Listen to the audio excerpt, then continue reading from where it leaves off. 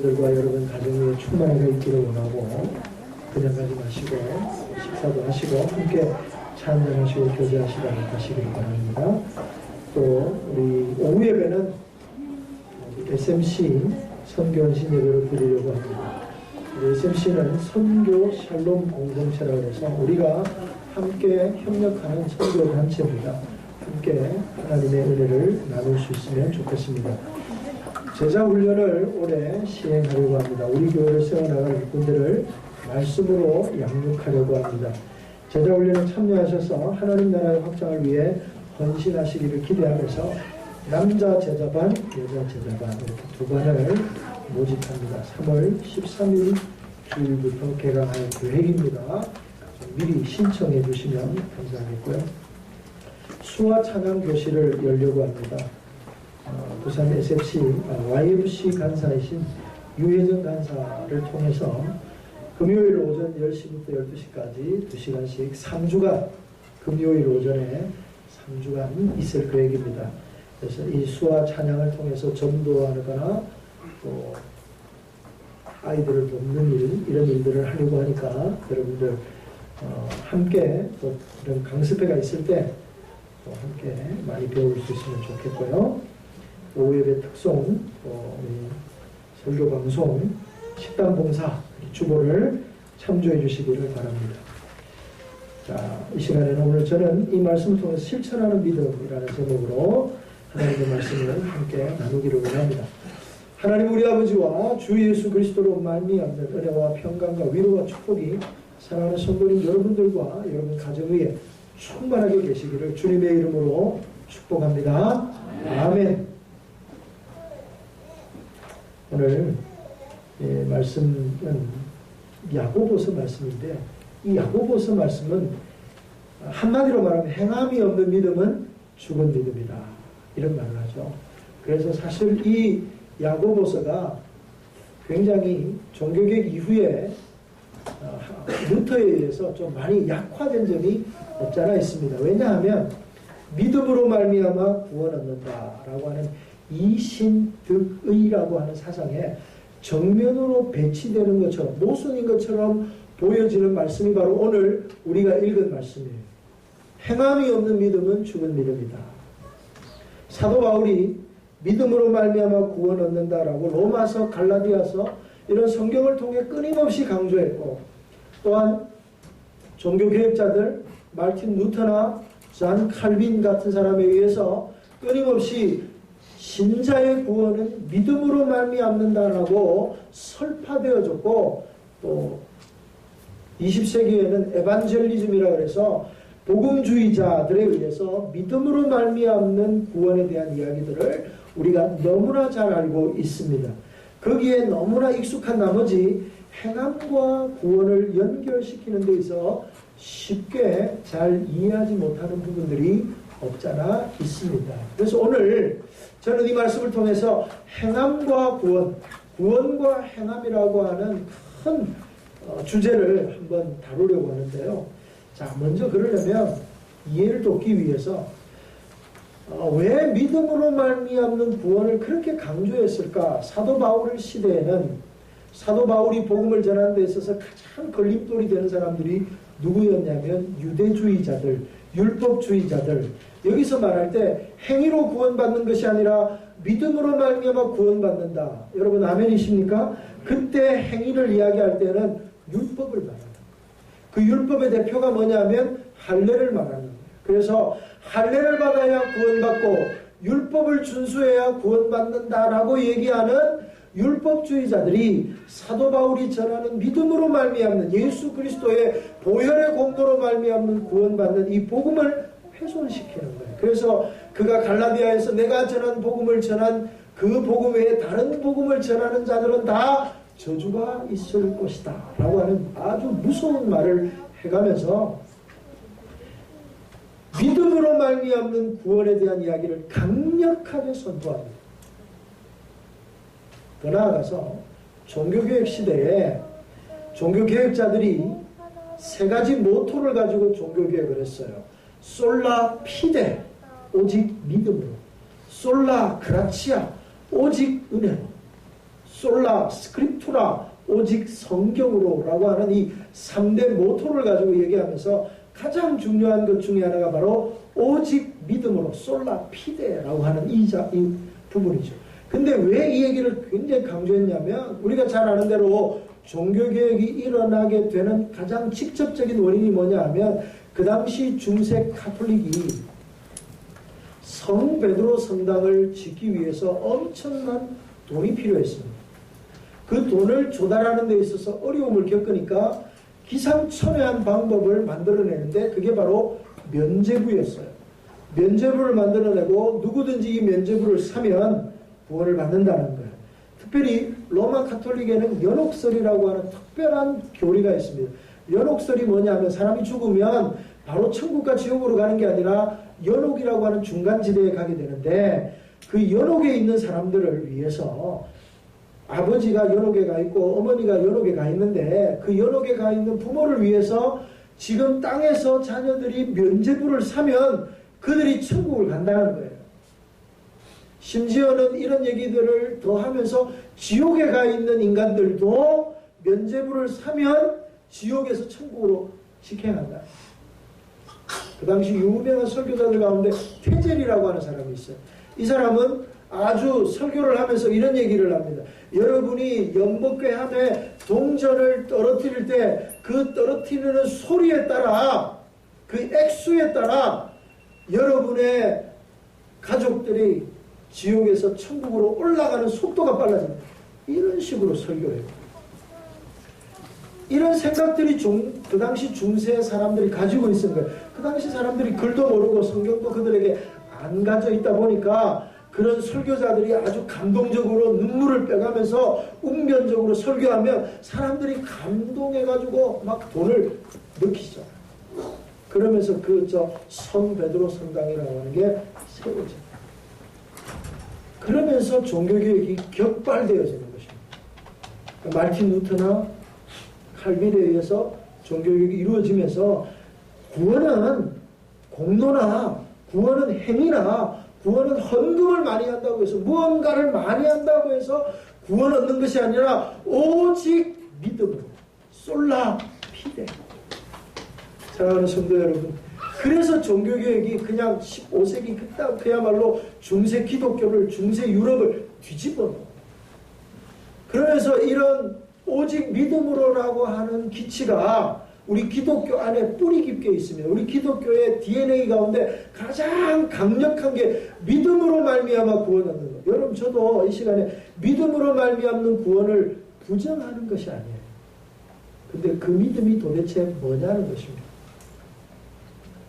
믿음이라고 하는 것이 우리가 로마서 10장에 보면 이런 말씀이에요. 사람이 마음으로 믿어 입으로 시인하면 구원을 얻느니라, 이런 말씀이 나와요. 그래서 마음으로 믿고 입으로 시인하면 된다 이러면서 이제 우리 사형리로 대변되어지는 CCC에 의해서 사형리라고 합니다. 하나님은 당신에 대해 특별한 사랑을 갖고 있습니다. 그런데 인간은 범죄해서 자기 스스로 구원 얻을 수 없습니다. 그래서 예수 그리스도께서 이 땅에 오셔서 내가 곧 길이요 진리요 생명이니 누구든지 예수님을 믿기만 하면 구원을 얻는 구원의 방편을 마련하셨는데, 볼지어다 내가 문 밖에 서서 두드리노니 누구든지 내 음성을 듣고 문을 열면 내가 그로 더불어 먹으리라. 지금 선생님, 이 말을 듣고 마음의 문을 여시고 예수님을 영접만 하면 당신은 구원을 받을 수 있습니다. 영접하시겠습니까? 영접하시면 손을 모으고 기도하죠. 주님, 이 형제가 예수님을 영접했습니다. 구원받았습니다. 하나님의 자녀가 되었습니다. 이게 사형이에요. 틀린 건 아니에요. 맞아. 그렇지만 여기에는 아주 중요한 맹점이 하나 빠져 있는데 그게 뭐냐 하면, 마음으로 믿어 의에 이르고 입으로 시인하여 구원에 이르게 되는, 이것이 로마 시대에 이 말씀을 하셨다는 거예요. 로마 시대에는 믿음을 공개적으로 입으로 시인하는 것, 공개적으로 시인하는 것, 공개적으로 예수 그리스도가 구주가 되심을 고백하는 것. 여러분, 로마 시대 우리가 잘 알듯이 예수 믿으면 핍박받고, 예수 믿으면 고난받고, 예수 믿으면 어려움을 당하고, 사회적으로 매장을 당하고, 사회적으로 굉장한 불이익을 당하는 시대에 입으로 시인한다는 것은 어떤 의미로는 목숨을 걸고 예수를 믿겠다고 하는 결단이에요. 마치 오늘날 이슬람 지역 이란이나 이라크나 사우디아라비아 같은 데 가서 나는 예수님을 믿는 그리스도인이다라고 하는 것을 모든 사람들 앞에서 공개적으로 고백하는 것과 똑같은 것이죠. 그렇게 되면 어떻게 되죠? 돌에 맞아 죽거나 지도새도 모르게 어느 날 불질러 죽거나 지금도 그런 일들이 일어나고 있어요. 그 정도의 이야기 그냥 입술로만 고백해서 내가 예수님을 영접하겠습니다. 그러므로 나는 구원받았고 그러므로 나는 하나님의 자녀가 되고 내가 감당해야 될 의무와 헌신과 수고와 우리 주님 앞에 내가 믿음으로 말미암아 치워야 될 모든 대가에 대해서는 입을 다물어요. 그래서 믿기만 하면 입술로만 고백하면 구원받는다. 아니요. 여러분 믿음이라고 하는 것은요 그냥 단순하게 입으로만 고백해가 되어지는 문제가 아니라는 것입니다. 이런 영향을 깊게 받고 있는 우리들에게서 오늘날 이 야고보서의 말씀은 굉장한 도전이 될 수밖에 없는 것입니다. 그래서 오늘 이 시간 행함 있는 믿음, 구원받는 믿음, 정말 살아있는 믿음, 정말 우리 주님이 기뻐하시는 믿음이 무엇인가를 이 시간 한번 생각해보고 함께 그 은혜 가운데 나아가기를 기대해 봅니다. 사랑하는 성도 여러분, 먼저 우리가 한번 생각해 보기를 원하는 것은요, 누군가 어려움이 있어요. 그러면 우리가 그 사람을 돕자 말로만 하는 거예요. 그러면 그게 실제로 도와주는 건가요?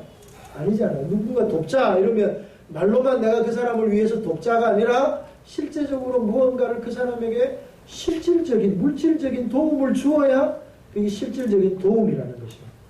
예를 들면 해마다 이제 장마철이 되거나 이러면 수해가 나죠. 자연재해가 나요. 우리 몇 년 전, 작년인가 재작년에도 우리 여기 기장에 정관에 비가 많이 와서 자강천이 범람하고 저기 장안 저쪽에는 그야말로 수해를 많이 겪었지 않습니까? 정말 그날 비 올 때 보니까 엄청나게 비가 많이 오더라고요. 그런데 그런 일이 있을 때 뉴스가 나오죠. 장마가 나서 물난리가 나고 그러면서 이제 그러면 뉴스가 나오고 언론인들이 뜨면 정치인들이 나타나. 그러면서 치워주는 척하고 이렇게 사진도 찍고 다음에는 재발 방지를 약속하고 막 이런 걸 하죠. 그러다가 몇 달 지나고 나면 이제 그런 일이 있었는지도 모르겠어 하고 없어집니다. 근데 그런 문제가 있어서 재발 방지를 약속한 대로 일이 진행이 되고 대책이 마련이 되고 물 관리가 되어져서 다음에 이런 일이 있을 때는 그런 어려움이 일어나지 않도록 모든 것을 다 도와주면 아무 문제가 없어요. 그런데 문제는 하다 보면 인력이 모자라고 예산이 부족해서 다 안 되는 경우들이 많지 않습니까? 우리가 그런 일들을 많이 보잖아요. 무슨 일이 생길 때마다 나와서 재발 방지를 약속하고 대책을 수립한다고 이야기하지만 또다시 그런 일들이 일어나면 아무런 조치가 일어나지 아니하고 또 어려운 일들이 생기면 계속해서 그런 반복들이 생기면 우리는 또 피해를 보고 어려움을 당하는 사람들이 많아지는 거예요. 그러게 되면 사람들은 정치에 대해서, 정부에 대해서, 또 지자체에 대해서 어떻게 생각해요? 조금 불편한 마음이 생기는 거예요. 실천이 없는 구호의 허구를 보여주는 거예요. 그래서 그 사람들이 정말 이 지역을 사랑합니다. 내가 당신들을 돕겠습니다라고 하지만 그것을 믿어지지 않는 거예요. 이제 총선이 다가오죠. 선거철이 되면 많은 사람들이 와서 종이 되겠습니다. 하인이 되겠습니다. 섬기는 사람이 되겠습니다. 지역을 위해서 제가 모든 일에 앞서서 해결하겠습니다라고 이야기하지만 되고 나면 누가 됐는지도 모르겠어요. 그래서 많은 사람들이 정치에 대해서 불신하죠. 더 이상 희망을 안 가지는 거예요. 믿음도 마찬가지입니다. 만약에 믿음도 하나님 앞에 믿는다라고 고백을 했는데 믿음의 삶이 하나도 없고 믿음의 행위가 하나도 없다면 그야말로 허공을 치는 공허한 구호에 불과해 버릴 수도 있습니다. 여러분 우리 주님은 이 땅에 오셔서 말로만 하지 않으셨어요. 내가 너희를 사랑한단다. 너는 너희를 스스로 구원해. 내가 너희를 지켜줄게. 하늘에서 내려다보면서 이렇게 말씀만 하신 분이 아니라는 거예요. 그분은 모든 영광과 존귀를 내려놓고 직접 내려오셨습니다. 종의 형체를 빌어 우리 가운데 오셨어요. 오신 것뿐만 아니라 그분은 자신의 목숨을 조금도 아끼지 아니하시고 죽기까지 복종하셨어요. 마지막 피 한 방울까지 우리를 위해 다 흘려주셨어요. 그리고는 우리에 대한 당신의 사랑을 확증함으로써 누구든지 예수 그리스도의 이름 앞에 나오는 자들에게 이 놀라운 구원의 은혜를 부어주신 줄로 믿습니다. 그래서 이런 주님의 은혜 가운데 주님의 행하심, 주님의 일하심, 주님의 사역하심, 주님께서 이 땅에 오셔서 실제적으로 내가 너희를 사랑한다라는 것이 무엇인지를 보여주셨잖아요. 십자가에서 나를 위해 맞으시고 나를 위해 살 찢으시고 피 흘리시고 죽으셨어요. 그래서 그분의 사랑을 우리가 예수님을 기억할 때 그분은 말로만 사랑하신 분이 아니라 실제로 하늘 영광을 버리시고 이 땅에 오셔서 가장 낮은 곳에 오셨을 뿐만 아니라 마지막 피 한 방울까지 죽기까지 자신의 모든 것을 내어주신 희생하신 분. 그래서 우리가 그분을 기억할 때마다 그 크신 사랑, 하늘을 두루마리 삼고 바다를 먹물을 삼아서 써도 그 사랑을 다 기록할 수 없다고 우리가 노래하는 사랑하는 성도 여러분, 바로 믿음이라고 하는 것이 뭐냐 하면 이렇게 실제적이어야 된다는 것이, 예수 그리스도의 사랑이 실제적인 것처럼 우리의 믿음이 우리의 관념에만 있으면 안 된다는 거예요. 우리의 믿음이 우리의 생각 속에만 있어서는 안 된다는 거예요. 믿음이라고 하는 것은 단순히 내가 믿음 마음으로 믿고 입으로 시인하는 거기에만 머무르는 것이 아니라 삶의 행동, 실천적인 행동, 우리의 삶의 행위로 드러날 때 그 믿음이 진짜라는 것입니다. 그러면서 라합을 우리에게 소개시켜주고 있습니다. 25절에 또 이와 같이 기생 라합이 사자들을 적대 다른 길로 나가게 할 때 행함으로 의롭다 하심을 받은 것이 아니냐. 이 행함이 뭐냐 하면 행위나 율법이나 할례가 아니라 믿음으로 말미암은 결단의 행동을 말하는 것입니다. 여러분, 라합이 누굽니까? 여리고성에 살던 여자였습니다. 여리고성에 정탐꾼이 왔는데 들통이 났어요. 스파이가 돼서 들통이 나서 숨어야 되는데 아무도 숨을 데가 없는데 라합의 집에 숨었어요. 라합이 그 사람들을 숨겨주었어요. 사람들이 라합의 집까지 다 찾으러 왔습니다. 이 집에 없냐? 없다 그러고 나가줬어요. 만약에 뒤지는데 정탐꾼이 나왔다고 한번 생각해보세요. 그러면 라합은 그 자리에서 목숨을 잃는 거예요. 간첩짓을 한 거니까. 거기다가 라합만 죽는 것이 아니라 라합의 집안도 다 괴로움을 당합니다. 어려움을 당합니다. 고통을 당합니다. 그것을 염두에 두었을 것입니다. 그것을 생각하지 않고 정탐꾼을 도와준 게 아니에요. 그것을 다 염두에 두고서 분명히 자신이 불이익을 당할 것이고 들통이 나면 자기가 죽을 수도 있지만 그럼에도 불구하고 이 사람들을 도와줍니다. 왜? 당신의 하나님은 상천하지의 하나님이고 여호와 하나님이 행하신 일을 보면서 그분이 진짜 하나님이라고 하는 믿음이 그에게 생긴 거예요. 그럴 때 위험을 무릅쓰고 정탐꾼을 도와주는 결단입니다. 그래서 야고보는 그 기생 라합의 믿음이 진짜다라고 얘기하는 거예요. 진짜는 어떤 믿음이냐? 바로 그러면서 행함이 없는 믿음은 어떤 믿음인가에 대한 이야기를 계속해서 해주고 있습니다. 15절, 16절 말씀 보세요. 만일 형제나 자매가 헐벗고 일용할 양식이 없는데 너희 중에 누구든지 그에게 이르되 평안히 가라, 덥게 하라, 배부르게 하라 하며 그 몸에 쓸 것을 주지 아니하면 무슨 유익이 있으리요? 이렇게 말하고 있습니다. 실제로 도와주지 않으면 그게 무슨 의미가 있냐라는 거예요. 여러분, 사람에게 있어서 가장 중요한 3대 필수 요소가 있어요. 사람이 살아가는 데 있어서. 그것을 우리가 뭐라고 얘기하냐면 의식주라고 얘기하죠. 먹고 자고 입는 것. 그래서 의식주의 문제가 해결되지 않으면 사람은 사람의 존엄성이 훼손됩니다. 사람의 기본적인 인권이 무너지는 것. 그래서 사람이 사람답게 살려면, 사람이 사람답게 존엄성을 유지하면서 살아가려면 적어도 이 세 가지 문제는 해결돼야 되는 거예요. 잘 수 있는 집이 있어야 돼요. 거처. 입을 수 있는 옷이 있어야 되고요. 먹을 수 있는 음식이 있어요. 그런데 오늘 너희 중에 형제나 자매가 헐벗고 일용할 양식이 없으면, 이렇게 말하고 있어요. 여기서 형제, 아델포스, 자매는 아델페라고 얘기해요. 형제, 자매가 누구를 얘기합니까? 바로 교회 안에 있는 형제들. 그 교회 안에 있는 형제들 중에 헐벗은 사람이 있고 굶주린 사람이 있고 일용할 양식이 없는 사람이 있다. 의식주의 문제가 해결되지 않아서 기본적인 인권이 해결되지 않는, 기본적인 존엄성이 훼손되어지는 가난한 자들, 고통받는 사람들, 어려운 사람들이 교회 안에 있다는 거예요. 믿음이라는 게 뭐냐 하면, 야고보가 야고보서를 쓰면서 이 얘기를 지금 힘주어 얘기하는 이유가 뭐냐 하면, 지금 이 편지를 받는 교회 안에 그런 사람들이 있는 거예요. 힘들고 어려운 사람들이 있는 거예요. 그런데 그런 사람들에게 이렇게 말하는 거예요. 너희 중에 누구든지 그에게 이르되 평안히 가라, 덥게 하라, 배부르게 하라. 말로만 하면 무슨 의미가 있나? 실제로 도와줘야 되는데 실제로 도와주지 않는다는 거예요. 믿음이라고 하는 것은 말로만 하는 게 아니라 실천적인 행동이 따라야 그 사람이 진짜 믿음이라는 거죠.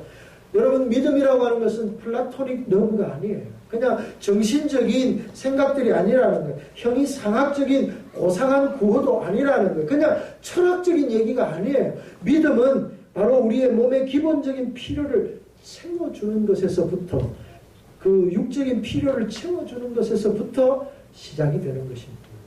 사랑하는 성도 여러분, 우리 주님께서 너희는 이렇게 기도하라, 기도를 가르쳤었어요. 그 기도를 가르치시면서 뜻이 하늘에서 이룬 것 같이 땅에서도 이루어지다. 그 다음에 바로 뭐가 나오냐면, 오늘날 우리에게 일용할 양식을 주시옵고 라고 하는 일용할 양식에 대한 이야기를 하고 있는 것입니다. 우리 주님은 어떤 분이십니까? 우리 주님은 하나님의 나라를 선포하시면서 우리에게 영생을 주시는 분이지요. 그러나 영생만 주시는 분이 아니라 배고픈 자들에게는 오병이어의 기적을 통해 먹이시고요, 눈먼 자들에게는 기적을 통하여서 눈을 뜨게 하시고요, 문둥병자들에게는 그 질병에서 벗어나서 가족과 모든 사람들로부터 격리되었던 사람들이 다시 가족의 품으로 돌아갈 수 있게 하고요, 귀신 들린 사람들은 귀신 들림에서 자유케 하여서 다시 정상적인 삶을 살도록, 기본적인 인간다운 삶을 살도록 그 모든 일을 채워주시고 함께해 주신 분인 줄로 믿습니다. 하나님의 나라는 어떤 나라냐면 정신적인 평화만을 누리고 앉아있는 철학적인 이데아의 세계가 아니에요. 저 멀리 죽어서 가는 저 멀리 있는 나라가 아니에요. 하나님의 나라는 아픈 사람이 온전케 되고 줄인 자들이 배부르게 되고 갇힌 자들이 자유함을 얻고 그야말로 몸과 마음이 함께 만족과 기쁨을 얻는 나라가 하나님의 나라인 줄로 믿습니다. 하나님의 나라는 이 땅에 임하는 거예요. 하나님의 나라는 저 영원한 나라도 되지만 더 정확하게 얘기하면 하나님의 나라는 오늘 지금 여기에, 사랑하는 성도 여러분, 여러분의 가정이, 여러분의 사는 삶의 현장이 기쁨의 나라, 하나님의 나라, 평화의 나라가 되기를 주님의 이름으로 축원합니다. 내 문제가 해결이 안 되는데, 내가 깝깝한데, 내가 질병 가운데 있고, 내가 경제적인 어려움에 있고, 내가 먹고 사는 문제를 해결하지 못하는데, 우리 주님은 그들에게 한결같이 수고하고 무거운 짐 지고 있니? 그거 가지고 와! 내가 너희를 쉬게 해주마. 그 일을 위해 십자가를 지셨어요. 그 일을 위해 하늘 영광을 버리셨어요. 그 일을 위해 아들을 내어주시니가 이 모든 것을 너희에게 더해 주시지 않겠느냐고 우리에게 약속하고 있는 거예요. 하나님의 약속은, 하나님의 나라는 눈에 보이지 않는 나라가 아니라 하나님의 나라는 우리가 경험하고 우리가 손을 붙잡고 우리가 누리게 되는 나라인 줄로 믿습니다.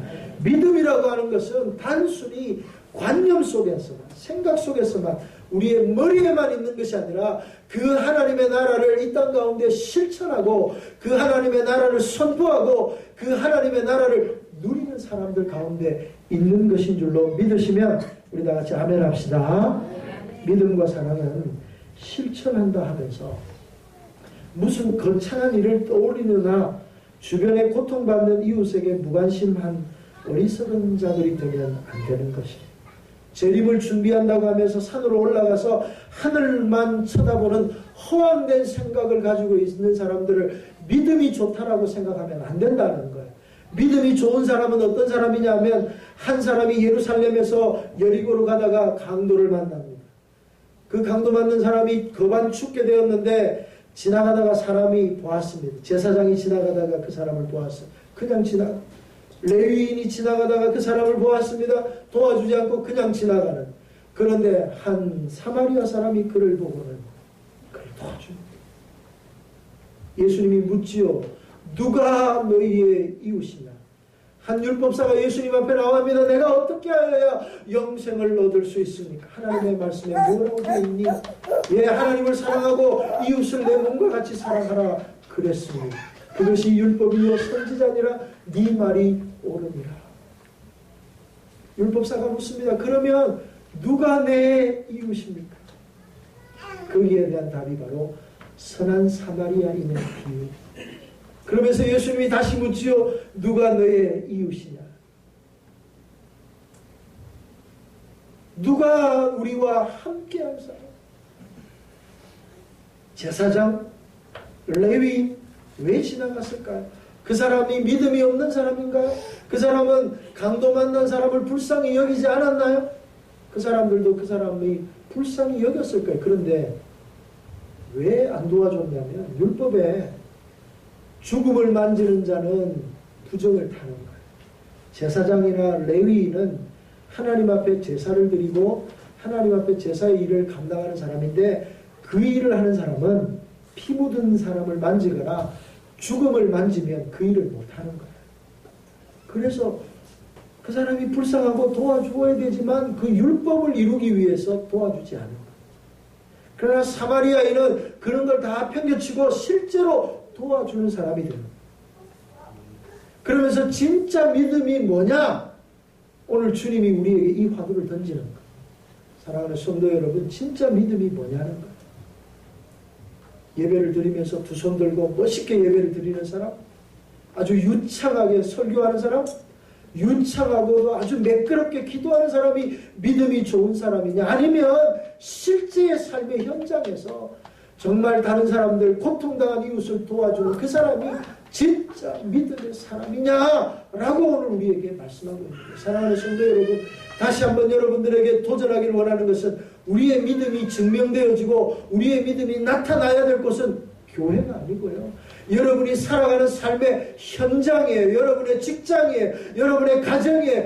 여러분이 만나는 모든 사람들 가운데 그 사람들의 필요, 그 사람들의 아픔, 그 사람들의 영적이고 육적인 필요들을 도와줄 자세를 가지고 실질적으로 도와줄 마음을 가지고 살아가는 사람들이냐는 것입니다.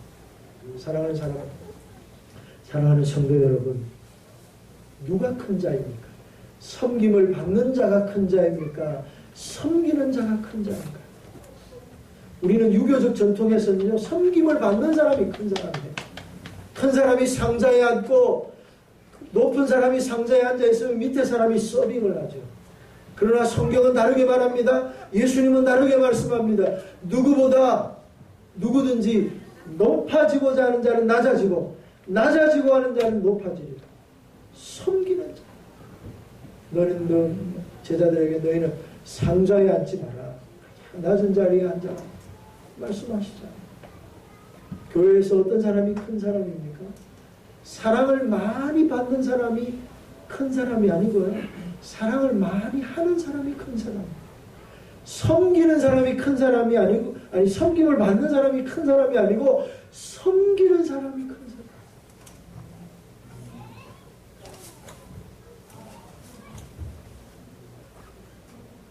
제가 목사니까 목사 얘기를 하면 목사님들이 모여가지고 그런 얘기를 해요. 자랑 아닌 자랑을 합니다. 우리 교회 성도들이 목사를 얼마나 사랑하고 얼마나 섬기는지에 대한 이야기를 하겠죠. 사석에 앉아서 얘기하는 거. 그게 자랑이 되는 거예요. 목사가 자랑해야 될 것은 얼마나 하나님의 나라를 위해 섬기고 얼마나 교회를 섬기고 얼마나 성도를 섬기는가에 달려있는 것이지 섬김을 받는 것에 달려있는 거예요. 우리 교인들이 나를 얼마나 사랑하고 우리 교인들이 얼마나 나를 기억하고 우리 교인들이 얼마나 나를 생각해 주는지 몰라. 오늘날 많은 성도들이요 받을 사랑만 계산하고 우리 교회 가면 우리 목사님이 나를 얼마나 사랑하고 우리 교회 가면 우리 구역장이 얼마나 나를 사랑하고 우리 교회 가면 우리 집사님들이 나를 얼마나 사랑하고 얼마나 좋아하는지 몰라. 아니요. 그것이 중요한 것이 아니라 내가 그 사람들을 얼마나 사랑하고 얼마나 섬기고 그 사람들의 실질적인 필요를 얼마나 채워줄 수 있는 사람인가. 사랑하는 성도 여러분, 사람들이 겉으로 보기에는 다 멀쩡해 보이죠. 걱정 없어 보이잖아요. 그러나 그 사람을 파고들어가고 그 사람을 만나면요 그 사람의 아픔이 보이고 그 사람의 고통이 보이고 그 사람의 필요가 보여요. 세상 사람들은 사람을 사귈 때 뭘 보고 사깁니까? 이 사람이 나에게 얼마나 도움이 될까? 이 사람이 나에게 얼마나 팔아줄까? 이 사람이 얼마나 나에게 도움을 주고 유익을 줄까가 그 사람과 사람 사이를 만나게 되는 인간관계의 첫 발걸음이 될지는 모르겠습니다만 우리는 다른 거예요. 저 사람을 통해서 내가 얼마나 유익을 얻을까가 아니라 그 사람을 만날 때마다 그 사람의 아픔을 보는, 그 사람의 고통을 보는, 그 사람의 필요를 보는, 그래서 내가 그 사람을 도와주려고 하는 마음. 강도 만난 자가 누구예요? 오늘 이 땅을 살아가는 사람들 모두가 다 모든 사람이 죄를 범하였으며 하나님의 영광에 들어가지 못하고 하나님의 영광이 떠난 사람은 마치 강도 만난 자가 되어서 허물과 죄로 영 죽었던 자, 영 죽을 수밖에 없는 사람, 살았으나 희망이 없는 사람, 살았으나 그야말로 소망이 없는 사람이 이 세상 사람. 그들을 보면서 그들이 가지고 있는 물질, 그들이 가지고 있는 세상의 허탄한 것들을 보면서 부러워할 것이 아니라 그들 가운데 없는 생명, 그들 가운데 없는 우리 안에 있는 의와 진리와 거룩함, 그것이 없기에 사람들은 아무리 가져도 허전하고 그것이 없기에 아무리 가져도 평안함이 없고 아무리 포장해도 그 마음 가운데 진실함이 없는 그들을 보면서 어떤 마음을 가져요? 사랑하고 섬기고 도와줘야 되죠.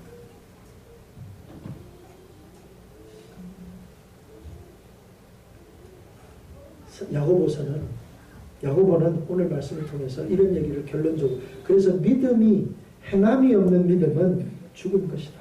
20절에 허탄한 사람아, 행함이 없는 믿음은 헛것인 줄 알고자 하느냐. 그러면 행함이 없는 믿음, 그러면 바꿔 말하면 죽은 믿음, 행함이 없는 믿음은 죽은 믿음이라고 했는데 행함이 없는 믿음은 죽은 믿음이고 그럼 행함이 있는 믿음은 능력 있는 믿음이라는 말인데요. 그러면 믿음은 어떤 게 행함이 있는 믿음이고 어떤 게 행함이 없는 믿음이냐. 겉으로는 표가 안 나요. 믿음이라고 하는 형식은 표가 안 나요. 그런데 내용은 표가 나겠죠. 속은 다른 거예요. 그래서 행함으로 나타나고 행함이 없는 거죠. 그런데 어떤 사람이 행함으로 나타나느냐 하면 여러분 성경은 어떤 의미로 아주 단순한 얘기를 해줍니다.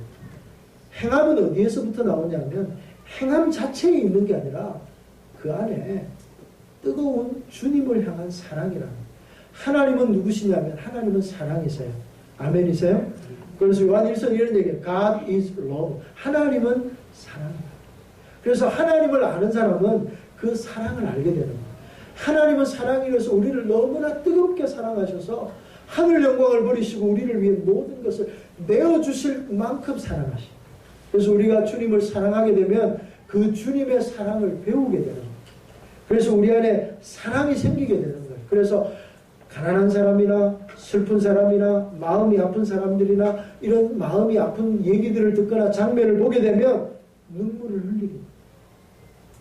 살아있는 사람은 아픔을 아프다고 느끼는 거예요. 죽은 사람은요, 아픔을 느끼지를 못해요. 그러니까 행함이 없는 믿음은, 죽은 믿음이라고 하는 것은 고통이나 아픔이나 슬픔이나 괴로움을 보고도, 형제의 괴로움을 보고도 내 마음에 아무런 마음이 안 들어요. 어려운 이웃을 보면서 전혀 반응이 없는 것이 바로 죽은 믿음이라고 해요. 하나님의 사랑이 우리 안에 있으면, 누군가를 하나님의 사랑으로 사랑하게 되면 첫 번째는 관심이 생기고요, 두 번째는 그의 아픔이 눈에 보여요. 그의 고통이 눈에 보이고요, 그의 고통이 나의 고통이 되고 나의 아픔이 되는 거예요. 그러면 이제 그 아픔이 나의 아픔이 되면 가만히 있을 수가 없는 거예요. 그래서 그의 아픔을 치유하기 위해 도와주는 자리에 나아가게 되는 것입니다. 그래서 사랑이 있느냐 없느냐가 중요하다. 우리 주님이 디베랴 바닷가에서 예수님을 3번이나 부인하고 예수님이 다시 사셨다는 얘기를 듣고서도 기뻐할 수 없는 베드로, 나는 이제 고기나 잡으러 가야 되겠다, 절망하고 낙담하고, 예수님이 다시 사셨음에도 불구하고, 예수님이 부활하셨음에도 불구하고 나는 아무것도 할 수 없어 무력감에 빠져있는 베드로에게 디베랴 바닷가에서 주님이 찾아오셨습니다. 깊은 데 가서 그물을 던져라. 마치 베드로를 처음 만났던 그 장면 그대로 다시 재현하면서 우리 주님이 그에게 나타나셨어요. 그러자 베드로가 뛰어들면서 주님이신 줄 알고 주님 앞에 뛰어갑니다. 그러나 자신의 연약함이 있잖아요. 자신의 부족함이 있잖아요. 늘 마음 한켠에 하나님 앞에, 예수님 앞에 죄책감을 가지고 있는 그에게 예수님은 부드러운 소리로 그에게 묻습니다. 뭐라고 묻습니까? 네가 나를 사랑하느냐? 다른 거 안 물어요. 너 나를 위해 목숨을 버릴 수 있니? 너 세상에 나가서 전도할 수 있니? 이런 말 안 묻고요. 딱 한마디야. 네가 나를 사랑하느냐? 그러자 베드로가 이렇게 대답하죠. 예, 내가 이 사람들보다 주님을 더 사랑하는 줄 주께서 아십니다. 근데 우리말에는 이런 뉘앙스가 조금 더 부족한 부분이 뭐냐면, 예수님께서는 네가 나를 사랑하느냐라고 물을 때 네가 나를 아가페 하느냐 이렇게 묻습니다. 그런데 네가 나를 아가페 하느냐고 물을 때 베드로가 예, 내가 주님을 아가페 합니다라고 대답하지 않고 예, 내가 주님을 필레오 합니다 이렇게 대답합니다. 그런데 우리 주님이 뭐라고 얘기했냐면 내 양을 먹이라 이 말씀하셨어요. 왜 그럴까요? 여러분, 아가페는 무조건적인 신의 사랑이죠. 여러분, 아가페의 사랑은 예수 그리스도 그분 외에는 아가페적인 사랑을 실천할 수 있는 사람이 아무도 없습니다. 베드로는 바로 그 전날 밤에, 주님 잡히시던 날 밤에 우리가 잘 아는 대로 주님, 다 주님을 배반하고 다 주님을 떠나도 나는 주님을 떠나지 않겠습니다. 나는 주와 더불어 목숨을 버리겠습니다. 아주 호언장담했다. 그런데 철저하게 깨졌잖아요. 그날 밤에 나는 주님을 몰라 3번이나 부인했어요. 자신의 연약함을 본 거죠. 그래서 네가 나를 아가페 하느냐? 예, 내가 아가페 합니다. 이렇게 대답을 못하는 거예요. 그 말은 무슨 말이냐면 자기가 할 수 있는 최선의 대답을 하는 거예요. 자기가 할 수 있는 실천적인 대답을 하는 거예요. 뻥치는 게 아니라는 거예요. 주님 듣기 좋은 대답. 예, 주님, 나도 주님을 아가페 하겠습니다. 이런 얘기를 하는 것이 아니라 정말 자신이 내가 할 수 있는 최고의 헌신, 내가 할 수 있는 진짜 내가 할 수 있는 사람, 그것은 바로 필레오. 필레오의 사랑은 친구와 친구 사이의 우정, 프렌드십이라고 하는 말로 번역되어지는 그 사랑을 내가 할 수 있다고 얘기합니다. 근데 우리에게 그것만 있어도 충분합니다. 우리에게 이 프렌드십을 이야기할 수 있는 이 필레오의 사랑만 있어도 주님은 우리에게 이 모든 것을 맡기실 줄로 믿습니다. 그래서 사랑은 입술로 하는 게 아니에요. 믿음은 입으로 하는 게 아니에요. 나더러 주여 주여 하는 자마다 다 천국에 이르지 못한다. 주의 이름으로 실질적으로 도와주는 사람, 실질적으로 모든 사람의 필요를 채워주는 사람, 사랑하며 섬기며 애쓰는 사람. 사랑하는 성도 여러분, 믿음으로 구원받지요. 그런데 그 믿음은 어떤 믿음이냐 하면 아무것도 안 하는 믿음이 아니에요. 나는 아무것도 안 하는 믿음이 아니고 내가 그 믿음으로 말미암아 하나님의 사랑을 입었기에 그 사랑으로 말미암아 내 주변에 있는 사람을 사랑하고 실제적으로 도와주는 자리에까지 나아가는 결단이 수반되어지는 사랑, 믿음이 오늘 우리 안에 있어야 그 믿음이 우리를 구원하고 그 믿음이 더욱더 은혜의 자리로, 축복의 자리로 이끌어가는 줄로 믿습니다. 오늘 이 시간 이 말씀을 듣는 사랑하는 성도 여러분, 믿음은 마음의 문제 정도에만 머무르는 것이 아니라 삶의 문제고요, 가치관의 문제고요, 우리가 어떤 자세로 살아내느냐 하는 문제라는 것을 기억하고 오늘도 주님 앞에 말씀대로 순종하고 말씀대로 살고 예수 그리스도의 사랑과 섬김을 실천하기로 결단하는 우리 모든 성도들이 되시기를 주님의 이름으로 축원합니다. 아멘. 우리 함께 찬양하겠습니다. 주 여호와를 방망하는 자.